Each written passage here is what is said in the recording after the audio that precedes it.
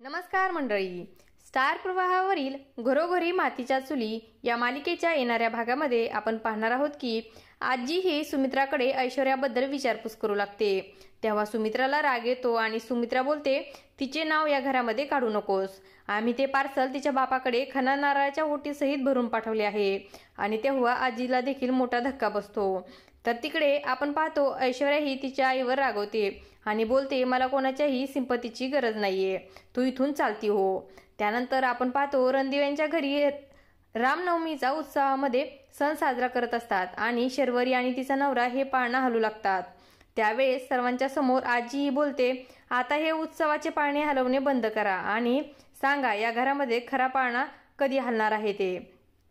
तेव्हा शर्वरीला मात्र अतिशय वाईट वाटतं व ती तिथून रागाने निघून जाते आणि सर्वजण हे तिला थांबवण्याचा प्रयत्न करतात, परंतु ती कोणाचंही ऐकत नाही।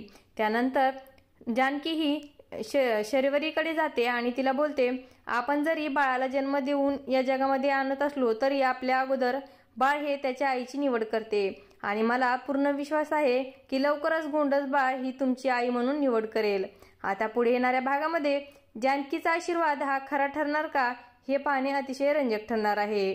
अशाच मालिकांच्या नवनवीन अपडेट्स पाहण्यासाठी आपल्या चॅनलला सबस्क्राईब करा आणि व्हिडिओ आवडला असेल तर लाईक आणि शेअर करायला विसरू नका। धन्यवाद।